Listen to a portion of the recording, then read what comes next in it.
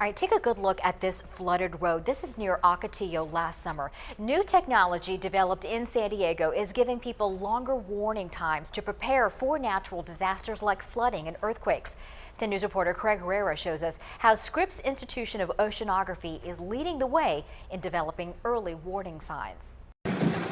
Holy cow. Roads look like raging rivers in Ocotillo last July. Where's this water coming from? It was coming from the monsoon, and thanks to new technology developed at NASA's Jet Propulsion Laboratory, the National Weather Service, and Scripps Institute of Oceanography, forecasters were able to warn people 12 hours in advance. We've been working on the GPS project for about 20 years. And in the last 2 years, they've been adding small, inexpensive seismic and meteorological sensors to existing GPS systems throughout Southern California. The sensors provide continuous real-time data. Compared to the weather balloons that provide data once every 12 hours from just 2 locations. The data tells scientists how much water is in the air and where it's traveling, helping them forecast when and where flooding will be heaviest. But that's not all. The GPS sensors detect movement on the ground, which will help them predict a tsunami, giving people 10 to 30 minutes warning. And the upgraded stations can also detect when the first seismic waves move through the ground, making it possible to predict when the slower secondary waves that cause the most shaking will arrive. Based on that information,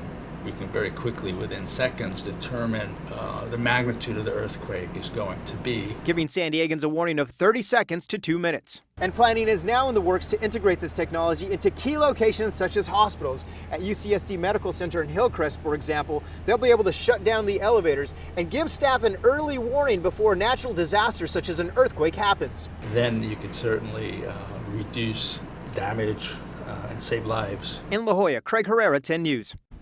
The technology has been installed on about 600 GPS units in California. Researchers hope to upgrade another 600 devices along the entire West Coast.